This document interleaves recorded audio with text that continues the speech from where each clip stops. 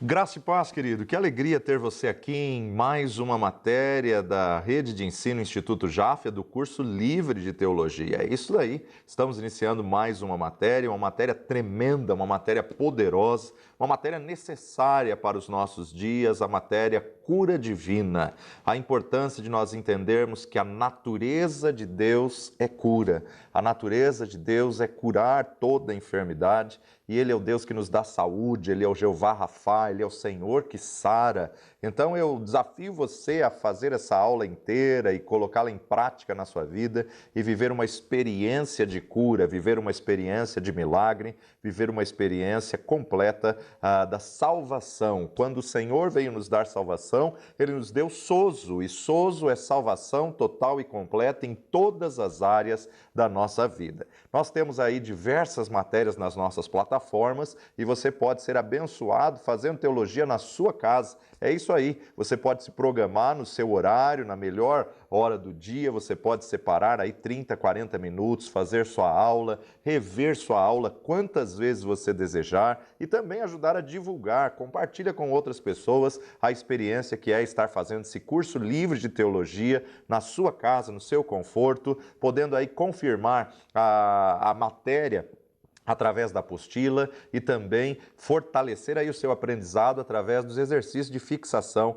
para que você possa cada dia estar preparado. Procura apresentar-te a Deus como obreiro aprovado, que não tem de que se envergonhar, mas que maneja bem a palavra da verdade. Então nós vamos estar falando nesse módulo acerca da cura e nós temos que entender que quando falamos de cura, nós temos que entender a criação do homem. Deus fez o ser humano um ser tricotômico. O homem é um espírito que possui uma alma e que mora num corpo. E, na verdade, quando voltamos isso daí para o original, nós entendemos que o corpo é a soma. Soma o quê? Soma do espírito com a alma, que vai resultar no físico, que é o corpo. Assim como o homem é tricotômico, assim como o homem tem três partes, assim como o homem é um ser espiritual que possui uma alma e mora num corpo, nós também temos que entender que existem enfermidades nessas três partes. Existem enfermidades que são enfermidades espirituais.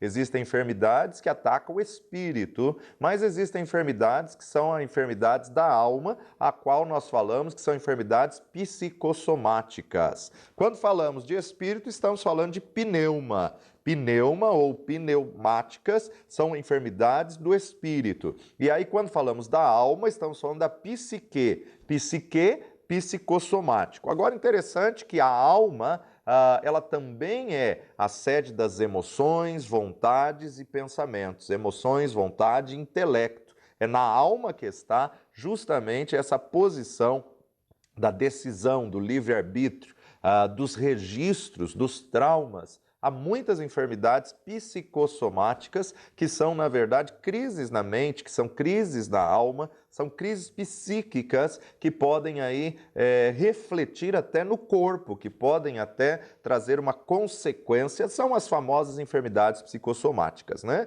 E também existem enfermidades que são no corpo, enfermidades que vão aí manifestar justamente nos órgãos do corpo humano. Então nós podemos entender que, assim como existe essas três áreas, somos um espírito que possuímos uma alma e moramos num corpo, também temos que entender que tudo que fala de mundo espiritual existem três fontes. Ou vem da parte de Deus, ou da parte dos homens, ou da parte do diabo. Então, nós falando acerca de dons do Espírito, nós temos que discernir quando isso vem da parte de Deus, quando é apenas uma coisa da alma, da carne, do homem, ou quando muitas vezes é o diabo enganando, usando de engano. E na cura também não é diferente. A cura, ela também pode ter essas três fontes. Mas muitas pessoas perguntam, mas será que existe cura humana? Sim, claro que existe. Nosso Deus é o Pai de toda a ciência e Ele é o Deus que dá capacidade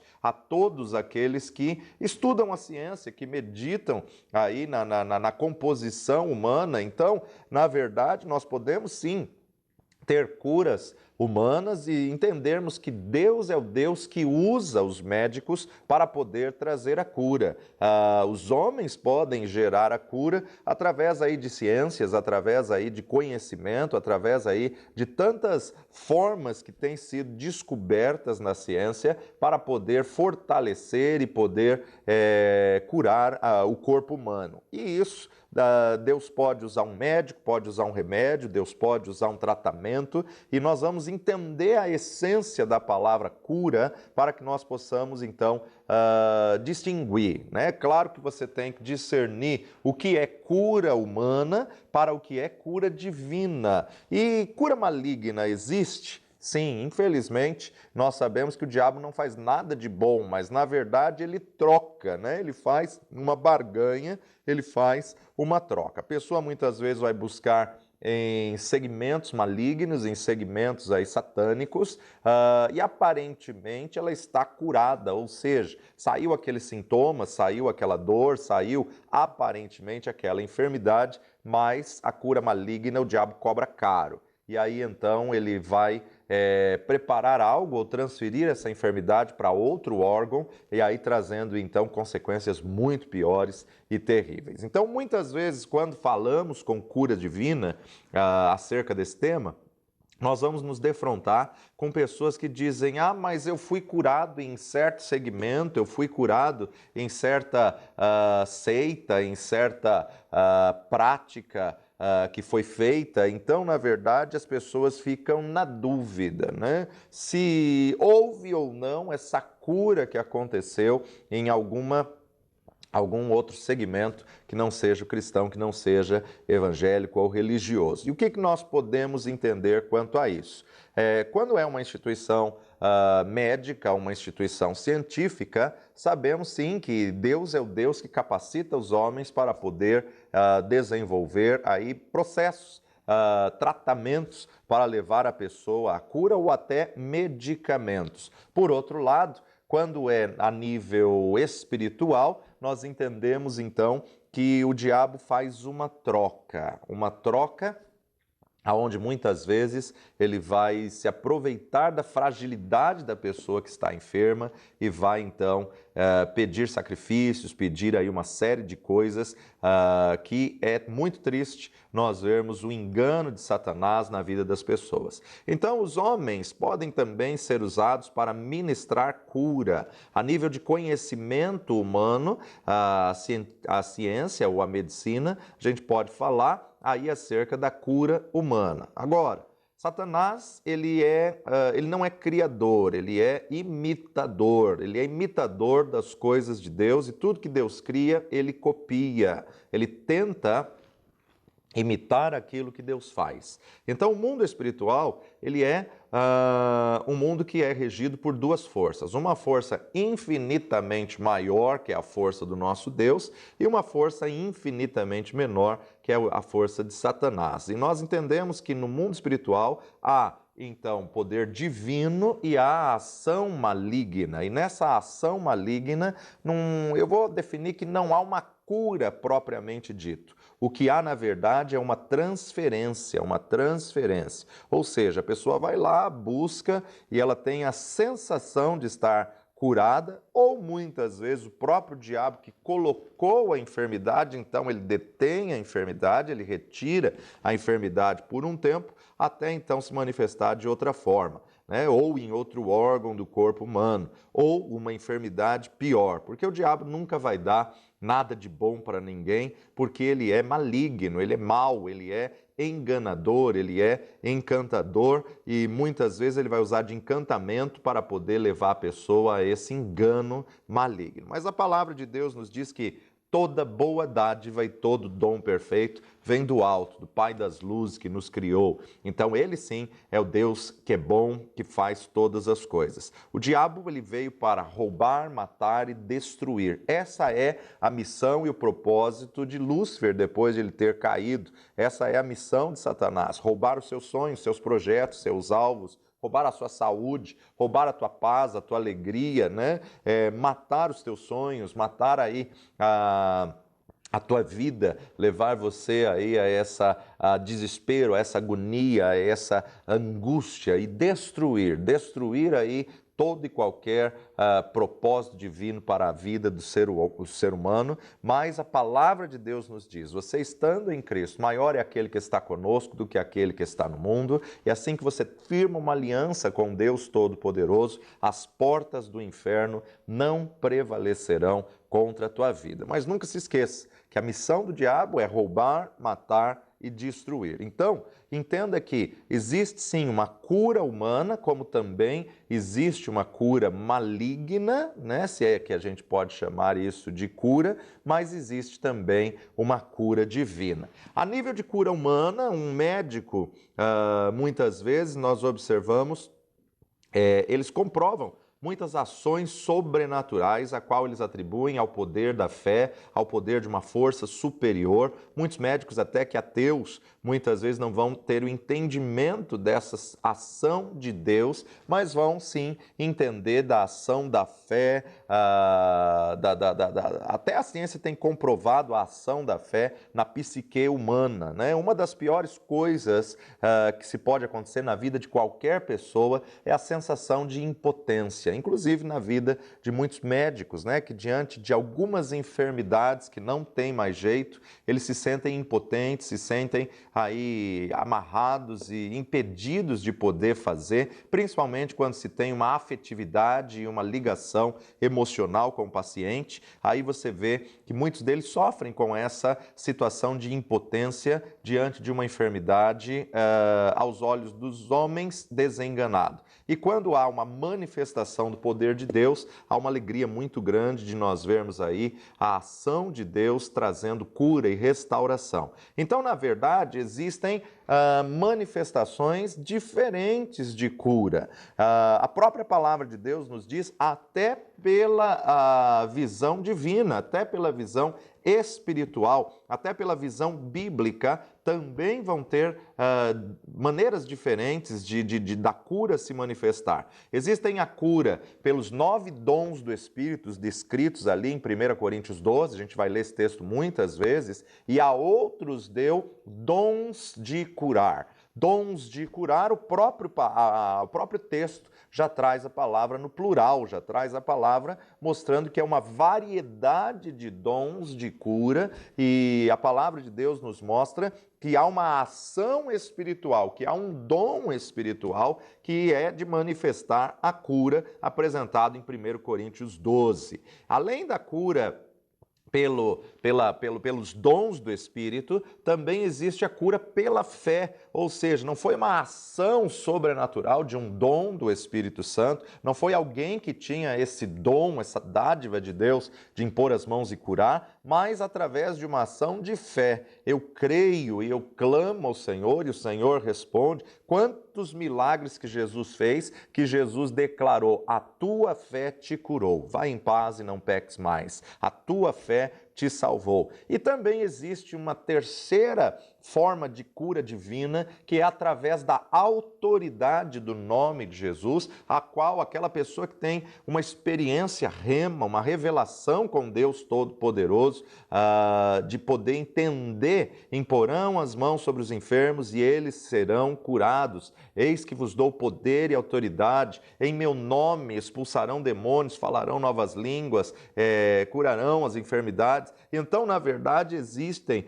formas diferentes de manifestar a cura dentro do reino de Deus. Quando nós olhamos para a igreja primitiva, para a igreja de Atos dos Apóstolos, nós vemos que eles anunciavam o Evangelho, e o Evangelho como um todo. A pregação do Evangelho era acompanhada por muitos sinais, prodígios e maravilhas, e geralmente manifestava aí cura, libertação. Quantas não foram as situações citadas, principalmente nos 4 evangelhos, que o Senhor expulsou o demônio e a pessoa foi curada. Então aí a gente observa que essa enfermidade era um espírito maligno. Então, na igreja primitiva, essa combinação da pregação e da manifestação do poder de Deus, produziu muitas conversões e impactou o mundo da época. Produziu muitas conversões e trouxe aí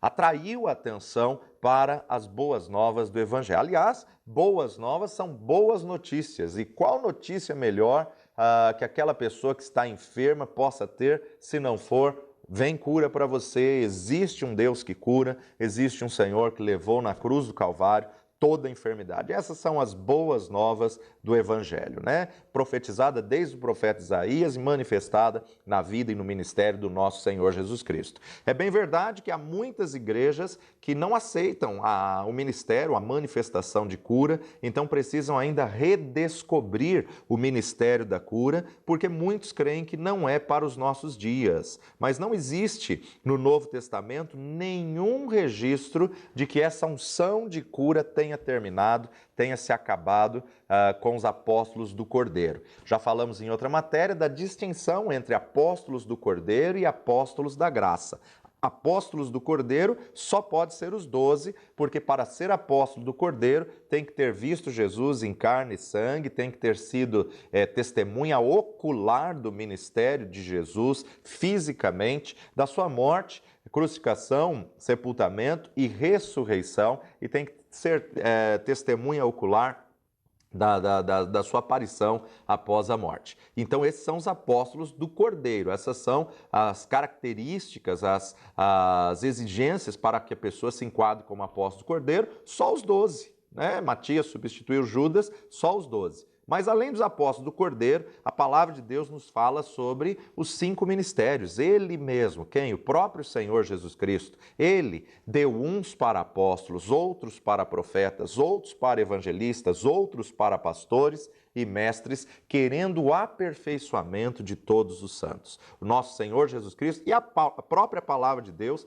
vai apresentar outros apóstolos que são extra os 12, que são além dos apóstolos do Cordeiro. Como, por exemplo, Barnabé é chamado de apóstolo, o próprio Paulo é chamado de apóstolo, Tiago, irmão de Jesus, que teve uma experiência com Cristo depois de ressurreto, é chamado apóstolo Tiago, que escreveu a epístola de Tiago. Judas, irmão de Jesus, é chamado de apóstolo, que escreveu a própria epístola de Judas. Esses não são apóstolos do Cordeiro, porque não acompanharam o ministério terreno dos 3 anos e meio da vida de Jesus. Mas são, sim, apóstolos, porque foram enviados para uma missão específica. Então, quando olhamos para a igreja primitiva, a igreja de Atos dos Apóstolos, nós observamos que o Senhor cooperava com eles através de sinais, prodígios e maravilhas que impactou a sua geração. E hoje ainda nós precisamos entender que muitos precisam redescobrir esse ministério de cura.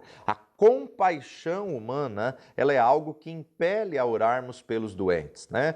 Já falamos em outra matéria, a oração que prevalece. Se você quer ser um intercessor eficaz, você tem que ter amor, você tem que ter compaixão, chorar com, sofrer com, sentir a dor daquele que está enfermo, né? É justamente uma questão de compadecer, compaixão, sofrer com. A compaixão humana é algo que impele a orarmos pelos doentes, a orar pelos enfermos e vê-los curados. Isso é muito gratificante. Jesus disse a seus discípulos que pregassem o evangelho do reino de Deus e ordenou que, em nome dele, ministrasse cura aos enfermos. Essa faz parte aí de uma das missões da grande comissão do Senhor Jesus Cristo. Não só pregasse o evangelho, mas ministrasse cura aos enfermos e, além disso, também expulsasse os demônios daqueles que estavam possessos. Mas isso faz parte de todo o ministério de Jesus e não só da grande comissão de Marcos capítulo 16. Marcos capítulo 16, nós observamos aí a partir do versículo 15, e disse-lhes: ide por todo o mundo, pregai o evangelho a toda criatura, quem crer e for batizado será salvo, mas quem não crer será condenado. E estes sinais seguirão aos que crerem. Em meu nome expulsarão demônios, falarão novas línguas, pegarão nas serpentes, e se beberem alguma coisa mortífera não lhes fará dano algum, imporão as mãos sobre os enfermos e os curarão. Imporão as mãos e os curarão. Então a importância de nós vermos que a cura faz parte da grande comissão, a cura faz parte da instrução de Jesus em ir por todo o mundo e pregar o evangelho a toda criatura. Mas não só da grande comissão, como em todo o ministério de Jesus, ele ordenou, quando ele enviou 70 de 2 em 2 a orarem pelos enfermos, ele deu a grande comissão aos 12 em vida, em carne e sangue nessa terra, acerca da importância de cura, e ele próprio curou, nos deixando inúmeros exemplos e testemunhos do milagre da ação de Deus. Lucas capítulo 10, verso 8 e 9, Lucas 10, 8 e 9, Jesus está enviando 70 de 2 em 2, e agora ele vai dizer: e em qualquer cidade em que entrares e vos receberem, comei do que vos puserem diante, e curai os enfermos que nela houver, e dizei-lhes: é chegado a vós o reino de Deus. Então, o reino de Deus não é comida nem bebida, mas compreende em justiça, paz e alegria no Espírito Santo de Deus. Para se ter alegria, tem que se ter saúde. Então, na verdade, Jesus comissionou os 70, enviando de 2 em 2 e dizendo: em qualquer cidade que vocês entrarem, curem os enfermos que houver nessa cidade. Interessante observarmos aí como se a cura fosse algo natural. No reino de Deus, ela é o natural de Deus. Deus não tem enfermidade nos céus e o plano de salvação não tem enfermidade. Mateus capítulo 10, Evangelho de Mateus capítulo 10, versos 7 e 8, e indo pregai dizendo: é chegado o reino dos céus. Curai os enfermos, limpai os leprosos, ressuscitai os mortos, expulsai os demônios, de graça recebeis, de graça dai. Aqui Jesus está falando acerca da comissão nos 12. Quando lemos em Lucas 10, 8 e 9, era a comissão dos 70 de 2 em 2. Agora imagina a responsabilidade que Jesus está comissionando os 12, dizendo: olha, vocês vão e vocês vão limpar os leprosos. Espera aí. Como que o homem não tem poder, não tem autoridade para limpar o leproso em si mesmo. O homem não tem capacidade de curar o enfermo em si mesmo. Então, na verdade, eles tinham que ir, mas tinham que ir na unção do Senhor Jesus Cristo, eles tinham que ir debaixo da comissão do Senhor Jesus Cristo, eles tinham que ir para fazer cumprir o propósito de Jesus nessa terra, que era manifestar a vontade soberana de Deus, que é curar a todos os enfermos, curar a todo aquele que está passando por situação de enfermidade. Na verdade, a enfermidade é consequência do pecado primitivo. A enfermidade, ela é consequência da queda de Adão e Eva. Quando Eva tomou do fruto, comeu e passou para o seu marido, ali começou problemas psicossomáticos, né? Com medo, não assumindo o seu erro, com culpa, condenação, viram que estavam nus e ali então o homem se afastou de Deus e eis que as mãos do Senhor não estão encolhidas para não poder abençoar e nem os seus ouvidos agravados para não poder ouvir, mas os vossos pecados fazem separação entre vós e o vosso Deus. Marcos capítulo 6, versos 12 e 13, Jesus retira-se para Nazaré, no verso 12, e saindo eles, pregavam ao povo que se arrependesse, e expulsavam muitos demônios, e ungiam muitos enfermos com óleo, e os curavam. Expulsavam muitos demônios, e ungiam muitos enfermos com óleo. Já falamos também em outra matéria acerca da importância da unção com óleo. A unção com óleo na dispensação da graça, ela serve apenas para ativar a fé para que a pessoa possa crer, para que ela possa ser curada. O óleo quebra o jugo, despedaça o jugo e remove todo o fardo. Então ali Jesus estava com seus 12 discípulos e eles saíam e pregavam para que se arrependessem, expulsaram muitos demônios e ungiram muitos enfermos com óleo e os curaram. Então nós precisamos arrancar as ervas daninhas, precisamos arrancar os espinhos do solo antes de nós plantarmos a semente frutífera do ministério de cura. Tem muitas pessoas que resistem, que rejeitam o ministério de cura, tem muitas pessoas que não aceitam o ministério da cura, mas a cura é bíblica. Deus é um Deus que sara. Um dos nomes de Deus é Jeová Rafá.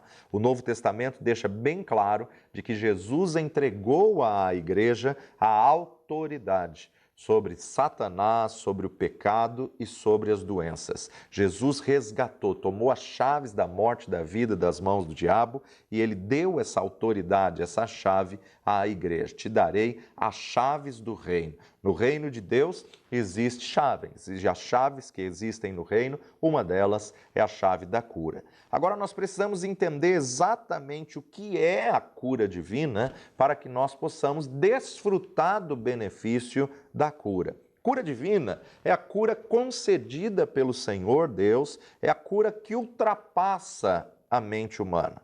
É quando Deus se envolve de uma maneira ativa na obra de restauração do homem, quando esses estão danificados no bem-estar e na boa saúde. O propósito de Deus é que os seus filhos desfrutem sempre de boa saúde. O propósito de Deus é que seus filhos estejam sempre bem. E este é o princípio da vida daquele que é salvo.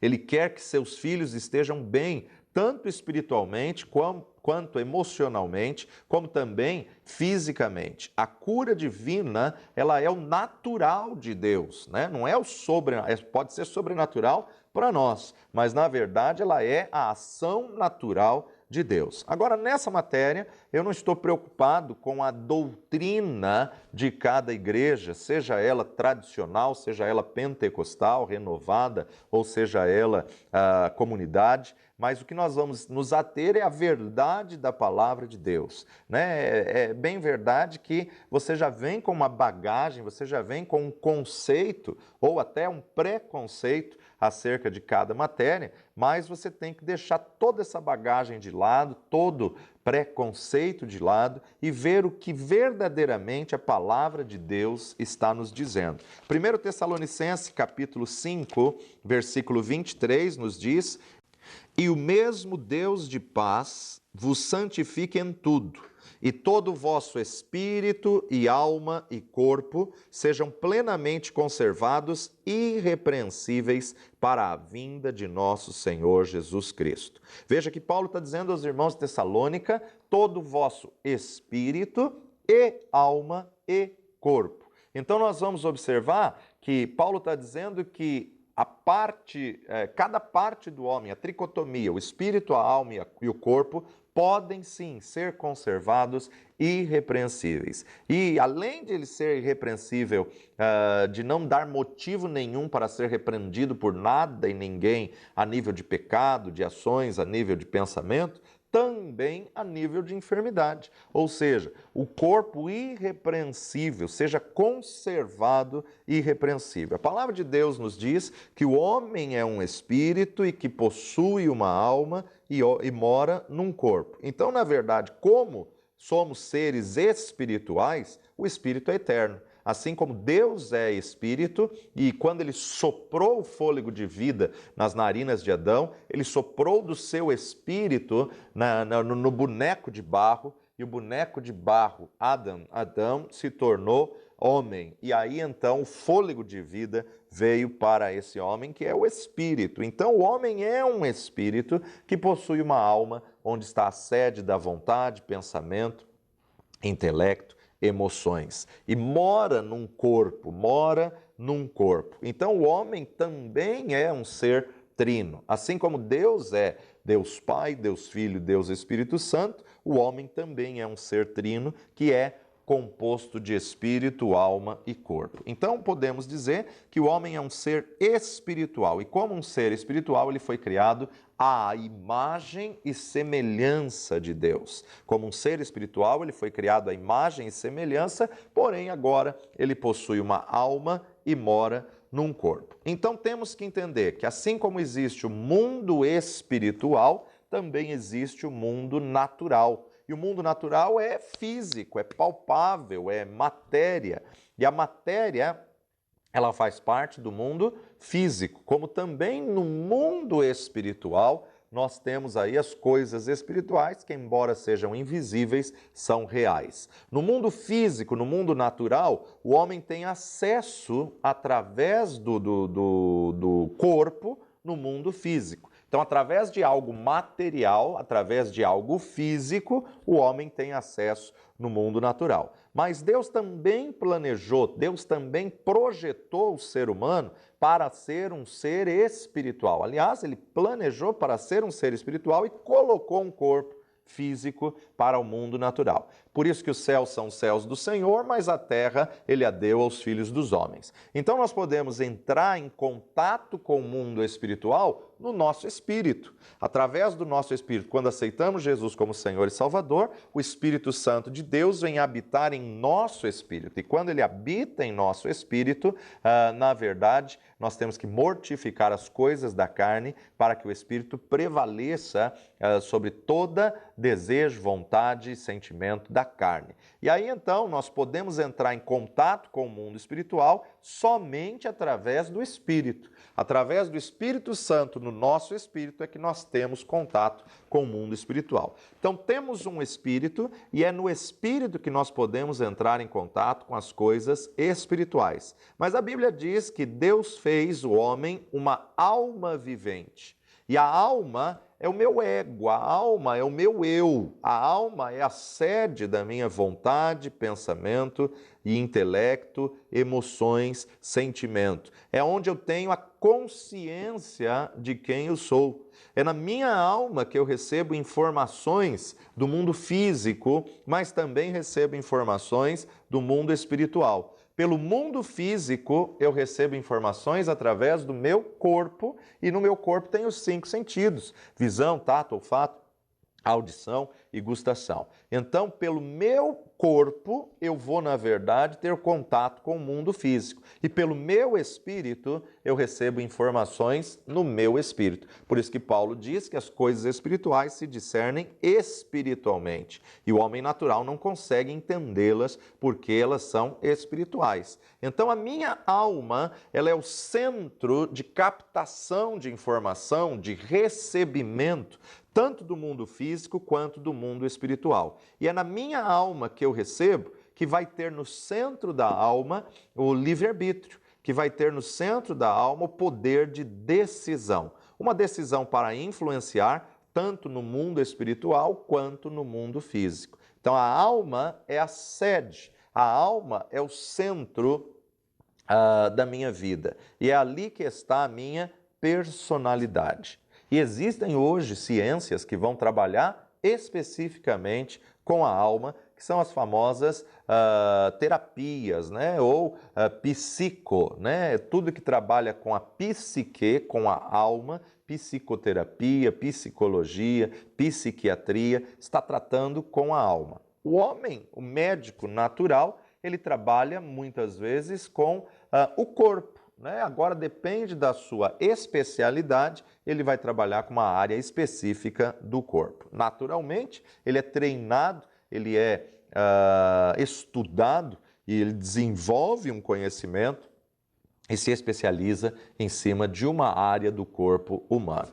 Então, a alma do homem, normalmente, é onde é trabalhada pelos terapeutas, é onde trabalhada pelos psicólogos, pelos psiquiatras, pelos psicoterapeutas, aonde, na verdade, nós voltamos a palavra alma no original e encontramos psique. Por isso que a raiz de toda ciência, a raiz de todo profissional que trabalha com a alma começa com psico, né? Psicólogo, psiquiatra, psicoterapia, psicoterapeuta. Aí nós vamos observar que são profissionais capacitados para trabalhar com a alma. E por muito tempo a igreja criou um paradigma dizendo que esses profissionais não eram de Deus, que trabalhar com psicologia, psicoterapia, psiquiatria não era coisa de Deus. Isso é um tremendo engano e uma tremenda ignorância, porque entendemos que se temos uma dor de dente, nós vamos ao dentista. Se temos um problema nos olhos,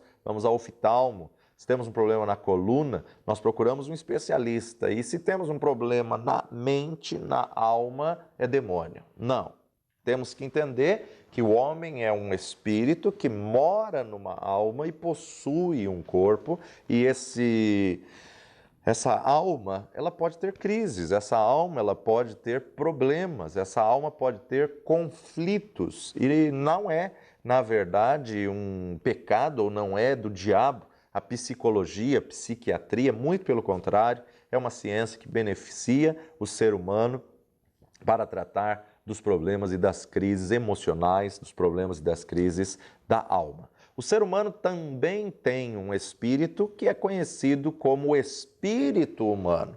Então, o Espírito Santo de Deus, que é a terceira pessoa da Trindade, vai habitar no nosso espírito, que é o espírito humano, para que nós possamos ter contato com o mundo espiritual, para que nós possamos conhecer o mundo espiritual. Infelizmente, quando as pessoas têm um problema, grande parte delas vão procurar nas coisas que o Senhor reprova. A Bíblia nos mostra que o Senhor reprova a cartomancia, a necromancia, a consulta a mortos, o Senhor reprova a sacrifício de animais, o Senhor reprova coisas malignas, né? Umbanda, quimbanda e tantas outras coisas, macumba, candomblé, são práticas que a palavra de Deus nos mostra que são reprovadas pelo Deus Todo-Poderoso. Então, na verdade, quando a pessoa está com problema espiritual ou problema psicossomático, ela tem que ir no lugar certo, que naturalmente muitas delas vão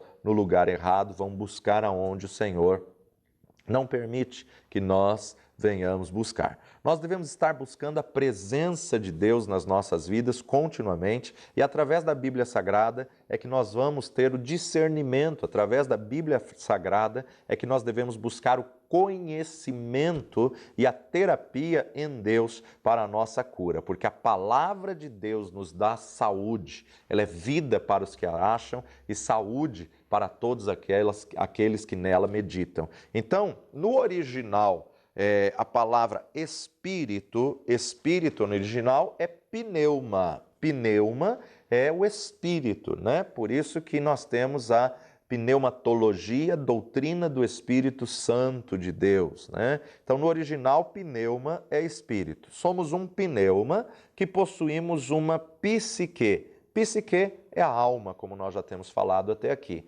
E moramos em um corpo. Corpo, a palavra em original grego, é soma. E soma é o quê? A adição de espírito e alma, né? Então é justamente a carcaça, o físico, aonde habita o espírito e a alma. E Paulo vai falar que é uma briga entre o espírito e a alma, mas isso é uma outra matéria que a gente vai tratar uma outra oportunidade. Então nós temos que entender que o ser humano ele é composto de pneuma, psique e soma. O que eu estou falando? O ser humano é composto de espírito, alma e corpo. Falar que somos compostos de espírito, alma e corpo, ou falar que somos compostos de pneuma, psique e soma, é a mesma coisa. Estamos falando a mesma coisa. Agora, muitas pessoas vão ao médico e o médico diz, olha, a tua enfermidade, o teu sintoma, o problema que você está passando é psicossomático.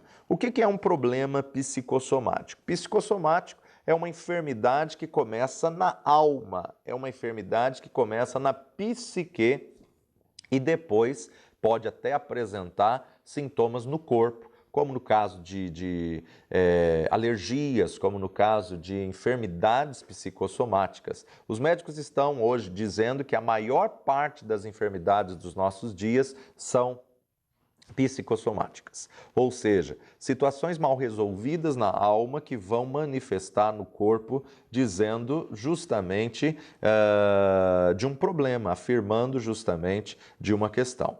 Existe uma matéria que nós vamos ter também nas plataformas que nós chamamos de merismo. O que é merismo? Merismo é você conseguir dividir a alma do espírito, você conseguir distinguir o que é da alma e o que é do espírito. Vamos trabalhar essa matéria posteriormente em uma das nossas matérias na plataforma. A alma, ela pode ser dividida em 3 partes: emoções, intelecto e volição.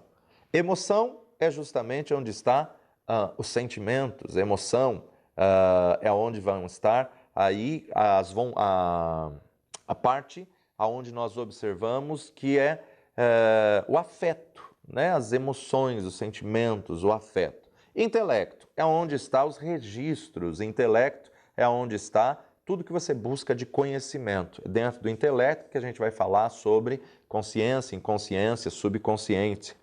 Mas também tem a volição, que é o ímpeto da vontade, né? Então, a vontade, a razão e a emoção. A vontade, a razão e o sentimento. Nós poderíamos falar horas e horas falando sobre essas três partes, porque, na verdade, cada uma delas dá para se estudar e aprofundar muito dentro de cada uma das partes da alma, tá? As nossas emoções também estão ligadas com os nossos sentimentos. O nosso intelecto está ligado com a parte mental, registros, memória, pensamento. E a volição está ligada à parte da vontade, que é a área dos nossos desejos. E é bem no centro desses três, espírito, alma e corpo, que existe, na verdade, o livre-arbítrio. E bem no centro desses três, então, nós temos o poder de decisão. No centro da alma, que nós vamos estar entendendo que está ligado à decisão, que pode ser influenciada por qualquer uma das três áreas. A decisão ela pode ser influenciada pelo intelecto, como ela pode ser influenciada pela emoção, como ela pode ser influenciada pela vontade, né? Então, a decisão, poder de livre-arbítrio, ele pode ser influenciado. Aliás, existem pessoas que pendem mais a serem guiadas e dominadas pela vontade. Outras são mais dominadas pelo intelecto e outras são mais dominadas pela emoção. Vamos tratar disso também posteriormente.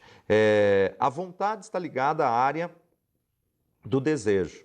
Agora, vontade e desejo não é a mesma coisa que a decisão. Por maior que seja a vontade, por maior que seja o desejo, no centro da alma você tem força de dizer não, não vou fazer, não, não quero.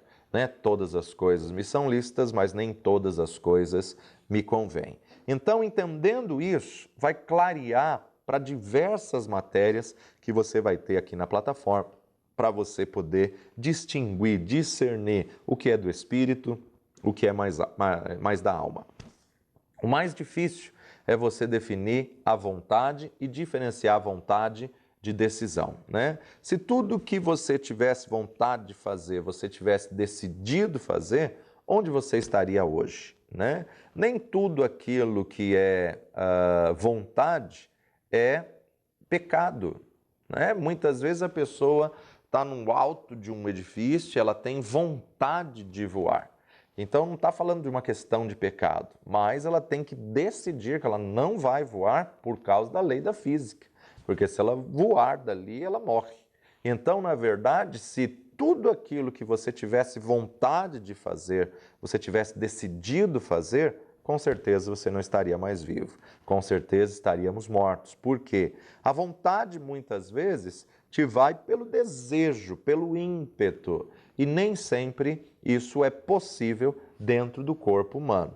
Então, a pergunta é, por que eu não estou morto então? E a resposta é muito simples, porque nem tudo que eu tive vontade de fazer, eu tomei a decisão de fazer. Então eu disse, não vou fazer. E muitas vezes eu acabei dizendo não para minha própria vontade. Eu tenho que aprender a exercitar isso também a nível do pecado, a nível da tentação, aprender a exercitar o não. Mateus capítulo 16, versículo 24, o discípulo de Jesus deve levar a sua cruz. Então disse Jesus aos seus discípulos, se alguém quiser vir após mim, renuncie-se a si mesmo, tome sobre si a sua cruz e siga-me. Se alguém quiser vir após mim, renuncie-se. Outra tradução diz, negue-se a si mesmo. Ou seja, diga não para algumas coisas da sua vida. Diga não para a sua vontade. Bem verdade que hoje em dia tem sido ensinado que tudo que você tem vontade, vai e faça. Não é isso que a palavra de Deus diz. A palavra de Deus está dizendo para renunciarmos os desejos, os prazeres da carne, renunciarmos os desejos carnais, mortificarmos a natureza carnal. Se quisermos seguir a Jesus, nós temos que aprender a dizer não para as vontades que são contra a palavra de Deus e temos que submeter, seja feita a tua vontade, a vontade de Deus, porque a vontade de Deus é boa, perfeita e agradável.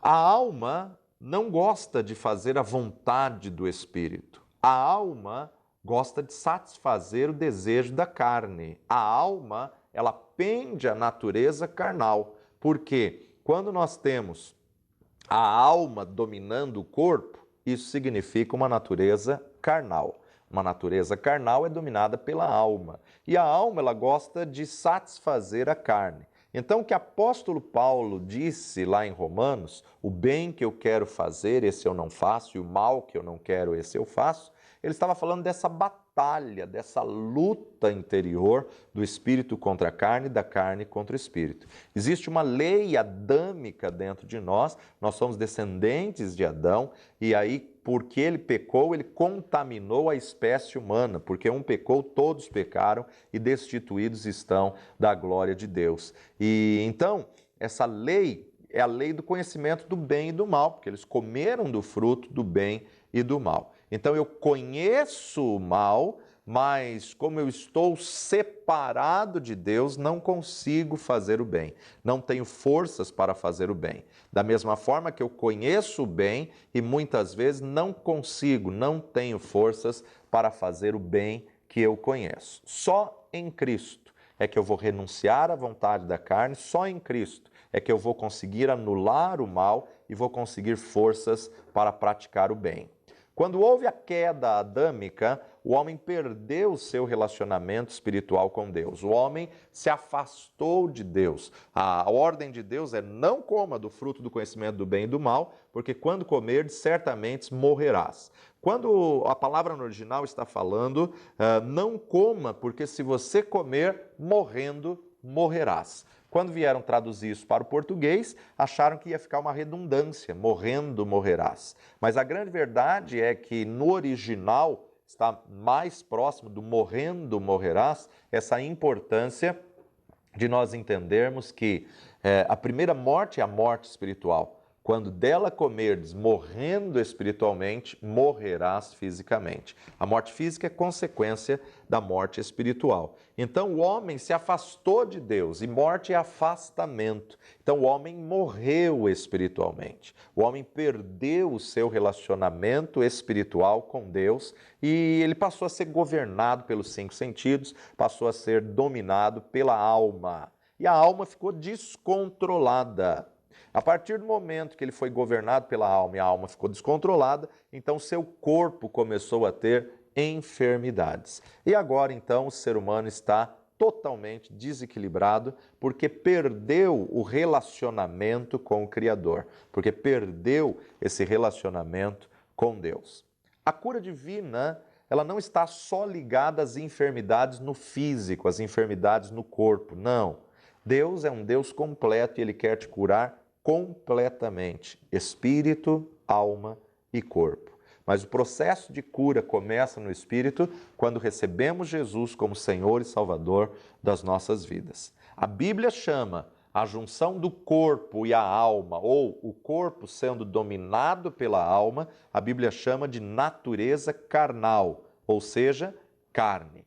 Mas também nós entendemos que quando conseguimos mortificar as vontades da carne, quando conseguimos renunciar ao nosso desejo da alma e deixar o Espírito governar, então nós somos seres espirituais guiados pelo Espírito Santo de Deus, chegamos a uma maturidade, chegamos a um conhecimento mais profundo. O espírito humano, quando eu recebo Jesus, ele renasce e o Espírito Santo de Deus vem habitar no meu espírito, dentro do meu espírito, me fortalecendo assim como homem espiritual. E eu preciso discernir agora as coisas da alma e as coisas do espírito e decidir obedecer à voz de Deus, obedecer à voz do Espírito.